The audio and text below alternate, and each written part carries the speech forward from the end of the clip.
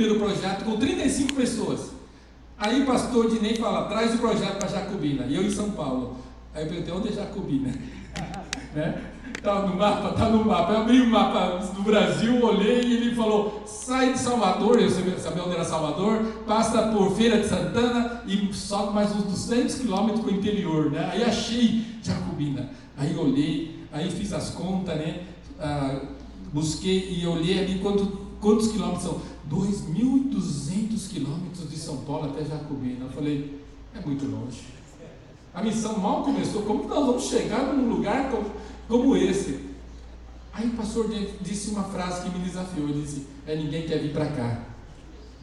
Para que ele foi falar isso? Eu falei, então nós queremos, se ninguém quer ir, nós queremos. Desafiar um chinês é complicado, né? Aí, depois do carnaval, nós fomos a conhecer Jacobina e olha, era muito chão. Eu e um filho na fé, nós somos o Fábio, né? O Fábio hoje é missionário lá em Senegal também. E fomos lá e aquela parte realmente ele já contou. Aí eu cheguei, eu falei, eu prometi, nós vamos trazer um ônibus de São Paulo. Salvador ouviu que eu estava em Jacobina, falou, eu também dar aula. Eu fui dar aula e eu estava pegando fogo sobre o projeto, então Salvador falou, nós vamos levar um ônibus, né? Aí eu cheguei em São Paulo, agora a minha parte, né? Eu cheguei em São Paulo e eu não sabia o que era alugar um ônibus de São Paulo para Jacobina, eu nunca tinha feito isso. Naquela época, em 2004, ia custar 8 mil reais. Bom, preciso lotar esse ônibus. E a pergunta é 400 reais por pessoa, né? É mais ou menos isso. Sei lá, divide isso aí. 40 lugares que seja. Sei lá, eu só sei que eu estava tentando encher aquele ônibus e para trazer aquilo. Mas muita gente queria vir, mas não tinha dinheiro para pagar o ônibus. Mas eu tinha prometido ao pastor que ia trazer o ônibus. Eu não posso faltar a minha palavra. E eu lembro que cheguei a um momento que quando nós estávamos perto da viagem, muita gente queria vir, realmente estavam conseguindo encher o ônibus, mas na maioria não tinha dinheiro para pagar o ônibus. Aí eu cheguei a uma posição que eu falei para a Mônica, eu tenho que honrar minha palavra, tenho que levar esse ônibus. E eu fiz um propósito, falei, se precisar vou vender meu carro. Naquela época, quando eu vinha para Jacobina, já tinha esse carro, né? Tinha um Quantum. Eu fiz as contas, para chegar a Jacobina, 2.200 quilômetros de Quantum, eu ia gastar não sei quantos mil litros, fazia só 6 quilômetros por litro, gente. Imagina! Eu aluguei um carro e vim, foi a primeira vez que eu aluguei um carro para mim. Aí eu pensei, vou vender pelo meu quanto, né? Porque aí dá para tirar alguma coisa e pagar o ônibus. Aí eu cheguei na igreja e compartilhei na igreja para alguns irmãos sobre essa situação, que eu estava até disposto a vender o carro, porque eu tinha que honrar minha palavra. Semana seguinte, uma senhora, uma líder da igreja, ela chegou para mim e empurrou um embrulho. O embrulho era feinho, era um papel gasto. Mas ela, pastor, toma isso aqui, não vende o carro. Ela tinha um comércio. E quando eu abri, tinha R$1.000, tudo nota miúdos, no comércio dela. E ali foi, e Deus, eu comecei a ver realmente Deus agindo realmente, que esse projeto tinha que acontecer. E aí foi assim. Sinceramente eu vou dizer para vocês, eu não sei como eu paguei, como foi pago o resto. Eu só sei que eu estava aqui em Jacobina, eu tinha dado cheques para cair, e eu ia quase tudo dia no banco para ver se tinha caído algum dinheiro, e Deus, de alguma forma, a pessoa depositaram, e eu não sei quem foi que depositou o resto do dinheiro, mas Deus supriu. Deus supriu. Então, não era preciosa para mim, eu não tinha nada para precioso. Para mim era importante cumprir aquilo que Deus tinha colocado no meu coração, tinha confirmado, e eu tinha dado minha palavra, eu vou e vou fazer. O que não é aceitável muitas vezes é isso, a gente fala, não deu e não vamos fazer. A gente aprende na palavra que o crente tem que ser o quê? Sim, sim, não, não. Mas quantas vezes nós deixamos de fazer, porque não deu. Teve um outro projeto que nós fizemos em São Francisco do Conde, e foi na época de eleição. Toda vez que tem eleição, cidade interior da Bahia e do Brasil afora é complicado. Eu sentei com mais de 10 pastores ali na mesa, já um dia antes de começar o projeto, e nós íamos para diferentes distritos e até municípios mais longe, e estávamos discutindo como nós vamos levar as equipes para esses lugares. Aí os pastores olharam para o outro, nós não sabemos se a prefeitura vai nos ajudar, porque está a nova prefeitura, e ficaram só nessa discussão. É o novo prefeito que entrou, não sabemos se vai ter. Aí chegou uma hora que eu não aguentei, eu falei, mas espera aí, gente, você só depende da prefeitura? E onde Deus entra nisso tudo? Onde Deus entra nisso tudo? Aí eles começaram, acho que eles acordaram, né? Que dá para fazer algo mais, porque tem um Deus por trás, não é uma prefeitura que faz as coisas. A obra é de Deus. E não somente isso, eu lembro que algumas coisas que não estavam dando certo na escola, no preparo, no uso da escola, aí eu falava com o presidente do conselho de pastor, e ele falava, fulano tal, pastor tal, que era encarregado, não fez. Então ficou sem fazer. Gente, como que é isso? Não dá para ser assim. Se alguém não fez, alguém tem que fazer, porque se é um projeto, eu sempre falo que nós sempre falamos que nós estamos numa batalha, né? Numa guerra espiritual, não é assim que a gente fala? Que nós somos o exército de Deus, gostamos de marchar. Mas quando o exército está engajado numa batalha, não pode alguém falar, não deu certo e não vai acontecer. O inimigo vai atacar igual, gente. Tem que acontecer. Então nós temos que ser pessoas de palavra, pessoas que vão cumprir e custe o que custar, gente. Quando a gente está numa guerra, não importa, a gente tem que tirar daquilo que a gente até não tem e coloca. Porque a obra é de Deus. Por isso que eu falo que nós aqui no Brasil não entendemos muito o que é uma guerra. Porque qual foi a última guerra que o Brasil travou? Bom, a Segunda Guerra a gente mandou alguns pracinhas, né? Mas guerra mesmo que a gente travou foi contra Paraguai, gente. Alguém viveu? Ninguém. Só estudamos na história e nem sabemos o que é a guerra.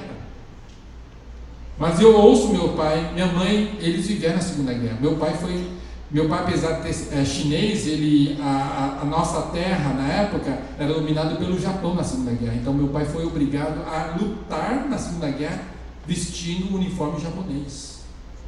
E como ele era chinês, então, todos os chineses eram colocados sempre na frente, na primeira linha de luta. Tanto que meu pai falou, dos milhares que foram, só um punhado voltou. E foi graças de Deus também que meu pai foi preservado, que voltou em vida. Por isso eu também estou aqui. Mas eles falam dos horrores da guerra. E minha mãe fala do sacrifício para a guerra. Diz que, olha gente, metal não podia ter em nenhum lugar, porque metal era tudo para fazer canhão, para fazer avião, para fazer bala, para fazer tudo. Então tudo era destinado, comida, a melhor parte da comida, tudo era destinado para os soldados, tudo era destinado para a guerra. Então se a gente entendesse um pouquinho da dinâmica que é uma guerra, talvez nós viveríamos um pouco diferente. Porque não basta afirmar que nós estamos numa guerra espiritual e que tem vidas ali se perdendo e a gente está aqui, né? Precisamos repensar essa realidade, essa dinâmica e pensar o que é precioso para você. Porque se Jesus mesmo não poupou sua própria vida, o que é precioso para você da sua vida? O que é tão precioso para você na sua vida? Nós temos que nos esvaziar, é isso que Jesus nos falou. Então Paulo disse, não é precioso, mas com quanto que ele faça o quê? Voltando para o versículo que nós estávamos. Contanto que complete a minha carreira, contanto que termine a minha corrida. Isso é importante. Sabe, a vida cristã, o importante sim é começar. É importante nós pararmos e lembrar, puxa vida, há tantos anos atrás, eu paro para pensar, 40 anos atrás, quase 39 anos atrás, Deus me salvou. Eu comecei minha carreira, mas tem 39 anos que eu estou caminhando. e pela graça de Deus nunca retrocedi. Isso é importante. A vida cristã, o que importa, o mais importante é a continuidade, o dia a dia, manutenção. E se você está aqui é porque você também preservou. Mas pensa, quantos que a gente conheceu, que estava aqui um dia com a gente e hoje não está? Não é triste isso? Quantos? Então nós temos uma carreira a continuar, a prosseguir, né? Eu gosto muito de assistir esporte. Eu não sou muito esportista, mas eu gosto de assistir. E eu lembro quando teve a Olimpíadas, né? Houve uma Olimpíadas que é muito, muito importante. Um corredor, ele estava correndo na Olimpíada de Barcelona, em 92. Ele estava correndo 400 metros raso. Um britânico chamado Derek Redmonds. E quando ele chegou para a Olimpíadas em 92, ele tinha passado por uma série de contusões, então ele não era um dos principais, não era considerado um dos principais corredores para ganhar uma medalha. Mas nas eliminatórias ele foi muito bem, então começaram a dizer que não, esse daí vai chegar, porque ele foi muito bem nas eliminatórias. E na prova final, então, quando foi dada a partida, ele disparou 400 metros, mas faltando 150 metros, rompe o tendão do pé direito e ele desmorona para o chão. E é muito rápido, 400 metros. Nisso que ele cai e tenta levantar, todo mundo já passou ele, mas ele ainda levantou e se arrastando foi. Aí o estádio, já tinha acabado a corrida, todo o estádio começou a olhar para ele, ele continuou, mas ele não conseguia. Imagina tendão rompido. Mas de repente chega alguém por trás e o levanta e sussurra: eu estou aqui, vamos terminar essa corrida juntos. Era uma voz muito conhecida, era o pai dele, que conseguiu desvencilhar dos guardas e desceu ali na pista e correu, acudiu o filho dele e disse: eu estou aqui, vamos terminar a corrida juntos. Quantas vezes a gente tem algum problema na vida, parece que a gente não vai conseguir terminar. Lembra que nesses momentos Deus fala isso: eu estou aqui, vamos terminar essa corrida juntos. Você foi chamado para começar e terminar. Há um ditado chinês que diz assim: não devemos ser cabeça quente e rabo frio. Porque tem muita gente que é assim, cabeça quente e rabo frio. Ou seja, começa muito bem, mas não se termina. E isso não é só a corrida cristã. Eu creio que a nossa vida, pequenas etapas de nossa vida, pequenos episódios de nossa vida, tem que ser uma constância também. Porque isso vai refletir na nossa vida cristã. Então, se você começa algo, vai até o fim. Vai até o fim. Luta. Se propôs para fazer alguma coisa, principalmente quando você se propõe ao Senhor: eu vou fazer. Vai e faz. Vai e faz. E você sabe do que eu estou falando, porque quantas vezes a gente diz que vai fazer e não faz. Quantas vezes a gente se comprometeu, quantas vezes a gente vem até aqui na frente e se entrega e faz votos a Deus e não terminamos. Por isso Paulo, ele fala: contanto que eu termine a carreira, contanto que eu termine a carreira. E Deus tem para todos nós que nós terminemos bem a carreira. Termine a carreira, custe o que custar, termine essa carreira. E com alegria, né? Com alegria. Porque, sabe, tantos já se perderam nessa jornada e nós precisamos ajudar a recuperar essas pessoas. Porque o fato é esse: o mundo está aí querendo devorar, não é fácil. Nosso eu quer também toda hora se manifestar, também não é fácil. E fora isso, tem o inimigo. Nós temos 3 inimigos que estão toda hora querendo nos derrubar. E por isso temos que estar muito vigilantes. muito vigilantes e sempre olhando para o autor e consumador da nossa fé. E reconhecer, saber que nós não somos nada. Quem faz acontecer em nossas vidas é Deus, e por isso temos que estar sempre distante, diante dele, prostrado e esperando a graça dele nos alcançar. É isso que tem que ser a nossa atitude, sempre diante de Deus, que eu não sou nada e dependo inteiramente, totalmente dele para prosseguir. E por isso eu louvo a Deus, que quando na minha enfermidade, gente, era muito, até teve um momento, hoje eu olho para trás, né, e talvez você pergunte, o que você teve, pastor? Eu tive tanta coisa que descobriu que eu tenho problema renal, eu tenho pressão alta, e eu comecei a tomar os remédios, e também tenho algo reumatológico, então eu tenho dores nas juntas. Então eu lembro que eu comecei a tomar anti-inflamatório e afetou mais ainda os meus rins, e por isso foi essa falência toda. Aí eu parei de tomar então os anti-inflamatórios, e eu tinha dores que eu ficava prostrado, gente. Eu sei que depois da internação eu fiquei prostrado por 6 meses.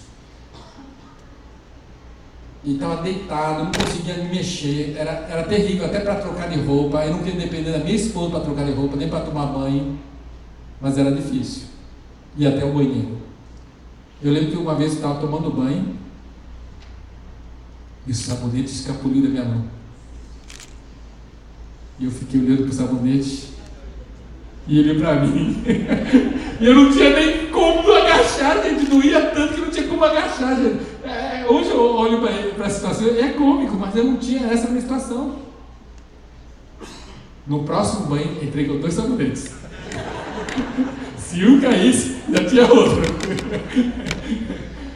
Mas eu tinha que sair na cadeira de roda. Eu saía nos exames, nas consultas com cadeira de roda. Depois comecei a andar de andador. E aos poucos os médicos, e naquela época quem acompanhou a área de medicina, a Unimed Paulistana faliu, e eu era da Unimed Paulistana. e era tudo muito complicado ao mesmo tempo, né? Todos os exames, né? Toda vez que eu ia fazer exame era 7, 8 negocinho de sangue que eles tiravam da gente, né? Era 40 exames por vez, né? E tinha que pagar tudo no particular. Então foi uma fase muito difícil, mas pela graça de Deus muitos passaram a orar por mim. Deus não quis me curar, mas foi um processo lento.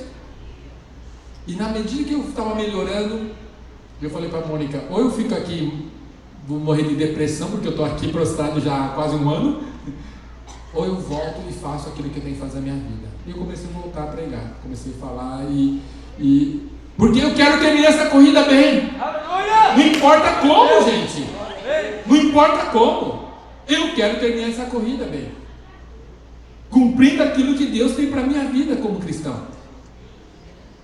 Eu não sei o que Deus tem para você como cristão, mas você precisa cumprir a sua parte e terminar bem, terminar fiel, terminar lá um dia diante de Deus, ouvindo Ele falar: servo bom e fiel,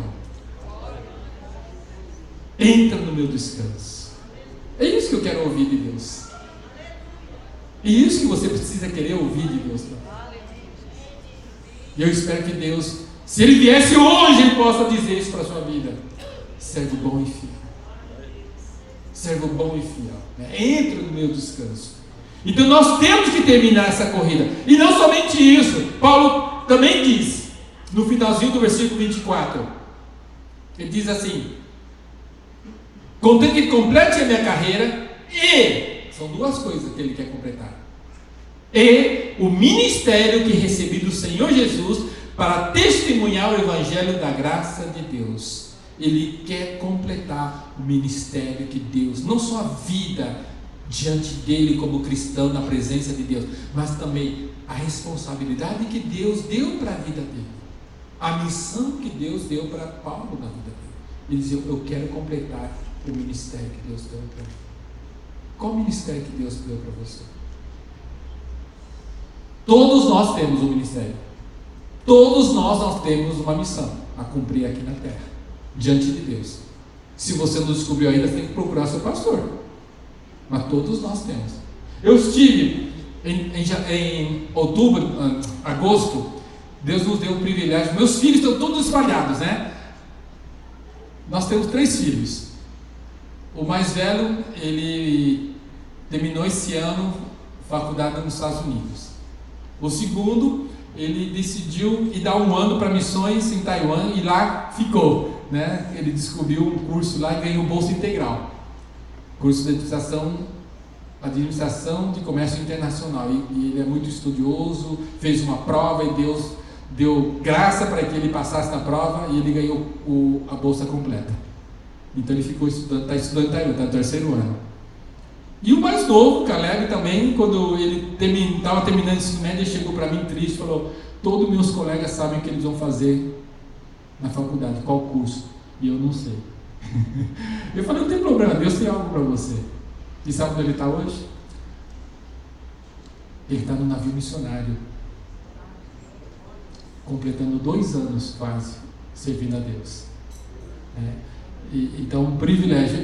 Então, tinha quase 2 anos que a gente não via a família toda. E pela graça de Deus, e um amigo meu falou: Seung, junta a sua família. Se você não tem dinheiro, eu banco. É bom, né? Não é bom ter amigos assim?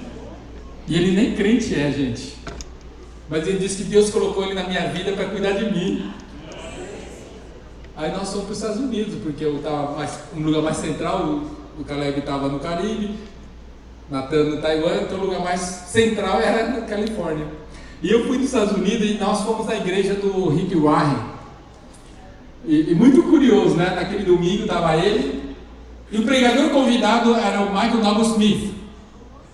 Olha, que prêmio, 2 pessoas, né, juntas ali, né? O Michael Noble Smith, ele ministrou o culto todo, né? Aí no final do culto estava o Rick Warren, né? Lá ele recebendo todos os visitantes, tirando foto. Aí fui lá, me deu um abraço de urso, né?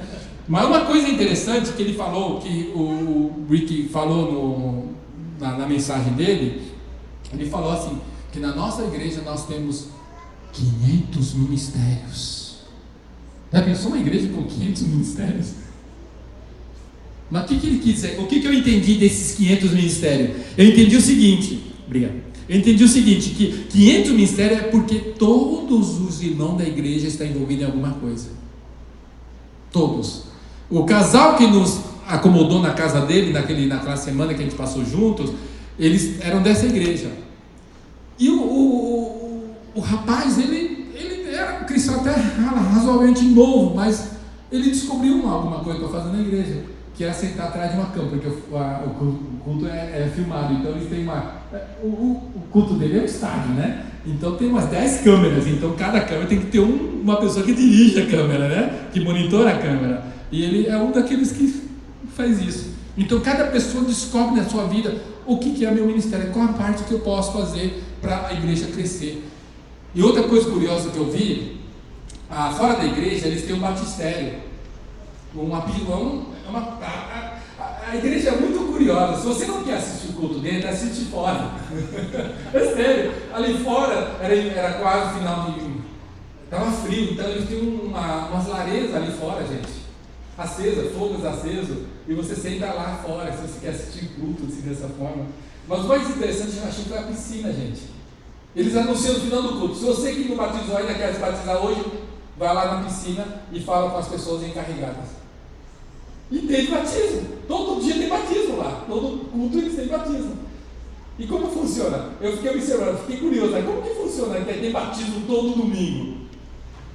É uma equipe preparada que vai entrevistar a pessoa vai ter que fazer o compromisso que vai seguir um curso de discipulado depois. Não, eles fazem depois, né? Nós fazemos antes, né? Então é muito curioso. Então, cada um de nós, o que eu quero chegar é que cada um de nós tem que descobrir qual é a minha parte aqui na igreja. Eu não creio que Deus tem para nós só de vir sentar, né, como dizem, esquentador de bancos. Não tem Deus para isso. Cada um de nós tem alguma coisa que podemos fazer como parte do corpo de Cristo. E se você não descobriu, se você ainda não faz, você descobrir. Porque Paulo é muito claro para ele: Paulo, ele sabe que o chamado dele é pregar o Evangelho até os confins da terra. E aqui, ele está testemunhando que ele foi fiel à visão celestial. E nós somos. Nós temos sido fiéis à visão que Deus nos deu na vida, no chamado. Cada um tem que olhar se eu tenho sido fiel. E batalhar, e se esforçar, se esmerar, de buscar sempre fazer o melhor. Porque eu creio, que nós temos que buscar sempre fazer o melhor, temos que buscar excelência naquilo que a gente faz. O cristão, o verdadeiro cristão é aquele que busca ser excelente em tudo que faz, não só aqui na igreja, mas em qualquer atividade que você faz na sua vida, você tem que ser excelente. Porque eu lembro que quando eu fui para o navio, eu fui para o navio para ser treinado, para ser missionário. E me botaram para ficar na cozinha por 1 ano, gente. 1 ano eu durei na cozinha. Mas eu busquei ser excelente na cozinha. Tanto que hoje eu cozinho, eu sou cozinheiro. Minha esposa ama, né? Qual esposa não ama isso, né? Eu cozinho mais que mesmo. Quando o nosso cara, ela não pode saber, tá, gente? Estou relatando ela. Quando a gente casou, ela não sabia cozinhar. Aí eu fiquei na cozinha pelo menos 6 meses. Direto, né? Ela fala que foi menos. Mas foi bastante tempo. Mas por quê? Porque eu me esperei. Eu tenho aprendido isso. Mesmo que seja algo que eu não goste. Se Deus me colocou naquele momento, naquele lugar, eu vou fazer o melhor. Porque é para Deus que eu estou fazendo. Então, se você na sua casa, faça o seu melhor. Se você está estudando, sim, seja o melhor estudante que você possa ser. Também. Porque é para a honra e glória de Deus, que as pessoas possam olhar para você, puxa, o cara é esforçado, mas por quê? Porque ele é crente. Porque ele serve um Deus vivo. No seu trabalho, se esmere também. Não é só bater o ponto e ver a hora passar, gente. Mas seja o melhor possível. Porque ali você vai ser realmente a luz no meio das trevas que imperam todo lugar que a gente vai. Ali você vai ser o sal, porque você vai dar sabor, e as pessoas veem que você é diferente. É isso que torna você sal. Não é você pregar e falar bonito, não, porque a maioria de nós não somos pregadores e falamos bonito, mas as nossas vidas vão falar bonito quando a gente busca fazer o melhor. É isso que Paulo quer dizer, com quanto que eu cumpra. Cumprir a carreira não é só chegar, né? Não é chegar no céu chamuscado, né? Porque alguns de nós podem querer só chegar no céu chamuscado. Eu fico muito triste, então eu abro em seminário e alguns alunos no seminário parece que fazem cálculo. Quantas faltas eu posso ter? Eu vou faltar até o limite. Qual a nota mais baixa que eu posso ter para poder passar? E parece que vai fazer isso. É que o pastor Silvio é chato nas leituras, tá? Toda aula tem uma leitura para entregar. Então ele fala, quanto que eu vou alcançar, nota mínima para poder passar. Gente, eu detesto esse tipo de aluno. Eu já falei para eles, se vocês querem ser esse aluno, não venham à minha aula. Porque eu sou exigente. E por que eu sou exigente? Eu exijo de mim. Porque para mim dar aula, normalmente, eu tenho que cruzar a cidade de São Paulo, gente. Hoje, para vir para o aeroporto, nós levamos 2 horas para rodar 27 quilômetros. Hoje é sexta-feira, então é o pior dia em São Paulo. Nós saímos 2 horas antes do horário que eu tinha que estar no aeroporto, porque eu sabia que era terrível, mas levamos 2 horas para rodar 27 quilômetros. Então, quando eu vou dar aula, é 7h30 da noite, eu tenho que cruzar da Zona Sul para algum lugar. Não dá para chegar se eu sair muito tarde. Tem lugares que eu saio depois do almoço e eu vou fazer a hora para não ficar cansado, porque se eu tenho que cruzar 2 horas, 3 horas de trânsito, eu fico cansado. Eu saio depois do almoço e vou fazer alguma coisa aqui lá na cidade. Eu faço esse sacrifício, mas com prazer. E eu falo para os alunos, então eu espero o mesmo de vocês. Eu espero de vocês também, que vocês façam o seu melhor. Porque eu creio que Deus espera cada um de nós. Façamos o melhor que a gente pode fazer. Claro, o meu melhor talvez não seja igual ao seu melhor. Eu sempre, nos treinamentos que eu participei, que a gente dirigia, era que tinha que cavar um buraco no começo do treinamento. Cavar um buraco? Tinha. Por quê? Porque é para ver realmente se o camarada estava disposto a obedecer, né? Porque cavar um buraco não tem sentido. Então a gente mandava cavar o buraco. Mas eu sei que alguns de vocês sejam fortes, né? De repente, em 3 horas você cava meio metro. Tem outro que mais forte é cavar 1 metro. Então não se mensura se fez 1 metro ou meio metro, mas se fez o melhor. Se você fez meio metro, é o melhor que você podia fazer? Amém, você fez o seu melhor. Se o camarada fez 1 metro, mas ele podia ter feito 1,5 metros, então ele não fez o melhor dele. Está entendendo o que eu quero dizer? Não podemos comparar, né? Nós como pais temos que tomar muito cuidado. Eu digo a mim mesmo, minha esposa sempre me chama a atenção, Silvio, não compara os 3 meninos, são 3 meninos diferentes. Os 3 são diferentes. Você tem que enxergar o limite, o potencial de cada um e entender esse potencial e incentivar eles nesse potencial. Mas não comparar, fulano fez isso, outro fez aquilo e vai comparar. Não, eles são diferentes. Ajuda eles a atingir o melhor potencial deles. E isso que Deus espera também da gente. A gente atinja o nosso melhor, o nosso potencial e faça o nosso melhor. Se é para cavar meio metro, cave só meio metro. Mas se você pode fazer 1,5 metro, vai e faça 1,5 metro. Porque se você fizer menos, então você não fez o excelente. Faça o seu melhor. Cumpra a missão que Deus tem para você. Cumpra a missão. Nós estamos, esse último promissário que nós fizemos no sul da Bahia, de Minas. E Deus me agraciou com uma equipe nova de pessoas, de pastores. 4 pastores estiveram nesse projeto. E tudo perto de mim. E eles chegaram para mim e falaram: pastor, o que o senhor quiser nós vamos fazer daqui para frente junto com você. Não só no promissário, depois. Então nós começamos a nos reunir. E nós estamos reproduzindo fim de semana em São Paulo, em qualquer igreja que nos convida, a gente está levando um bando. Na primeira foi 20, depois tivemos 30, chegamos até 50 pessoas no evangelismo de rua, né? E um dos jovens que participou no evangelismo de rua, ele tem 15 anos. Gente, que coisa bonita, gente. Ele nunca tinha saído na rua, mas ele apaixonou-se pelo trabalho na rua. Aprendeu que evangelizar não é só dar panfleto, não é dar folheto, porque alguns de nós só fazer isso. Mas é mais do que a gente ensina diferentes métodos, né, como o pastor falou. E esse menino é um menino novo, não só de idade, mas também de vida cristã. Aí o pastor dele chegou um dia e contou a história desse menino. Ele foi para a igreja, para a escola, e ele aprendeu, uma coisa que ele aprendeu a fazer é orar. E teve, no começo de uma aula, ele pediu para a professora: posso orar? Orar aqui? Que não. E passou. No outro dia, ele veio começo e pediu: professor, posso orar? Não, você vai orar.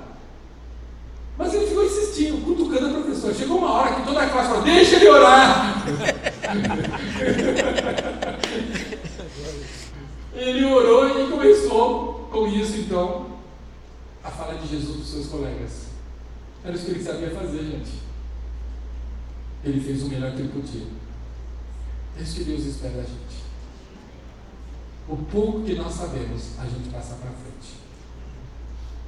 Porque quando você sabe um pouquinho e pega alguém que não sabe ninguém, nada, você já está um passo adiante. Isso que importa. O cristão, para ensinar alguém, para evangelizar alguém e depois discipular alguém, você só precisa estar um passo adiante da pessoa que você está ajudando. Porque a gente olha para a gente e fala: eu não sei nada, eu não sei falar, não sei ensinar, não sei discipular, não sei ajudar as pessoas. Não, o pouco que você aprendeu aqui, passa para frente, passa para frente. Uma das coisas que a gente tem que aprender muito é anotar, né? Eu gosto de anotar. Eu não consigo ouvir uma mensagem, um estudo sem anotar, porque ali eu vou refletir e eu vou aprender em cima daquilo que as pessoas falaram, vou reproduzir o que eu entendi. E é isso que eu vou ensinar, né? É isso que eu tenho feito. E nós insistimos para o pessoal que está em treinamento com a gente fazer a mesma coisa, porque assim eles podem também passar para frente depois. Porque a ideia não é você sempre criar sempre coisas novas. Alguns de nós vamos estar fazendo isso, mas muitos de nós vamos aprender dos outros e vamos repassar o que os outros têm falado. E principalmente o que está aqui. Principalmente o que está aqui. Então que você possa, você possa completar o ministério recebido de Jesus. Porque a minha esposa hoje, Mônica, ela ama estudar. Vou falar a idade dela. Você não fala para ela que eu falei a idade dela aqui, tá? Ela fez 51. E esse ano ela foi aceita para fazer doutorado na USP. Ela ama estudar. Ela tem 2 faculdades, 2 mestrados e não está satisfeita e foi atrás de um doutorado. E ela sempre fala: eu não sou inteligente e por isso eu tenho que estudar mais do que os outros. Mas ela fala: mas eu não estou lá só para, eu não estou na USP só para estudar. USP para mim é meu campo missionário, porque a área dela, que é a psicologia, o professor mentor dela era ateu, agora disse que não é mais ateu, agora já criou alguma coisa. Que bom, né? Glória a Deus por isso, Mas ali tem de tudo. Então ela diz: ali eu tenho que ser sal, ali eu tenho que ser luz. E esse é o ministério que Deus tem para você hoje. Onde você está, você precisa florescer. Você precisa permitir que as pessoas vejam você, Jesus Cristo. Que as pessoas, quando olham para você, para seu testemunho, para seu falar, para seu fazer, possam ver que você é uma seguidora de Jesus. Aleluia, Jesus. Onde quer que você esteja hoje, esse é o propósito de Deus para nós. Porque foi isso que Paulo disse, que nós somos criaturas de Cristo, criados em Cristo Jesus, para as boas obras que de antemão Deus preparou para nós, para que nós andássemos nelas. E você foi criado para isso também.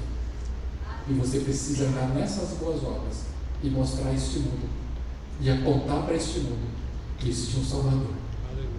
Existe um Senhor que veio, apesar de ser Senhor, apesar de ser Criador, apesar de ser Deus tão grande, Ele se importou com cada um de nós, e com cada um de nós, aqueles que nós vamos estar falando de Jesus também. Tenha certeza, Deus quer usar a sua vida, se você permitir Ele usar você. Se você permitir, seja instrumento da mão de Deus, permita Ele fazer isso, para que Deus realmente possa glorificar através de nossas boas obras, através de tudo que a gente vive. Fica de pé, deixa eu orar por você. Deixa eu abençoar a sua vida. Glorioso Pai, nós te louvamos. Obrigado, Senhor, porque o Senhor nos chamou, nos tirou, Senhor, do lamaçal do pecado, das trevas, da perdição, e nos colocou junto a Ti, junto, Senhor, à Tua glória. E um dia nós vamos viver para sempre contigo. Ó Deus, que nós não sejamos daqueles que esmorecem, que ficam pelo caminho. Pelo contrário, Pai, fortalece os pés de cada um aqui, para que permaneçamos firmes e caminhemos firmes em direção à Tua glória, à casa celestial, Senhor. E no meio da jornada, Senhor, que nós possamos levar muitos conosco, aqueles que o Senhor colocou ao nosso redor, seja ali em casa, na nossa vizinhança, no meu trabalho, na escola, Pai. Usa a minha vida. Que nós, como Paulo, não tenhamos nossa vida como precioso, mas que queiramos terminar nossa carreira, nossa vida cristã bem, e mais do que isso, cumprir o ministério, a missão que o Senhor tem para cada um. Dá-nos força, Pai. Fortalece a cada um, mostra a cada um o Teu desejo, o Teu plano, a Tua vontade, que é boa, perfeita e agradável, Senhor, para que cada um possa, Senhor, cumprir, e bem cumprido, Senhor, com excelência o plano que o Senhor tem para a sua vida. Cumpra o teu propósito em nossas vidas. Abençoa cada vida que o Senhor trouxe nesta noite, para que cada um possa, Senhor, realmente ser um instrumento vivo, Senhor. Que o Senhor continue a obra bonita que começasse em cada um, Senhor, e use cada um para a honra e glória do teu nome, para trazer muitos frutos, que sejam frutos eternos. Obrigado, Pai, por ouvir a nossa oração. Obrigado, porque nós oramos em nome de Jesus. Amém.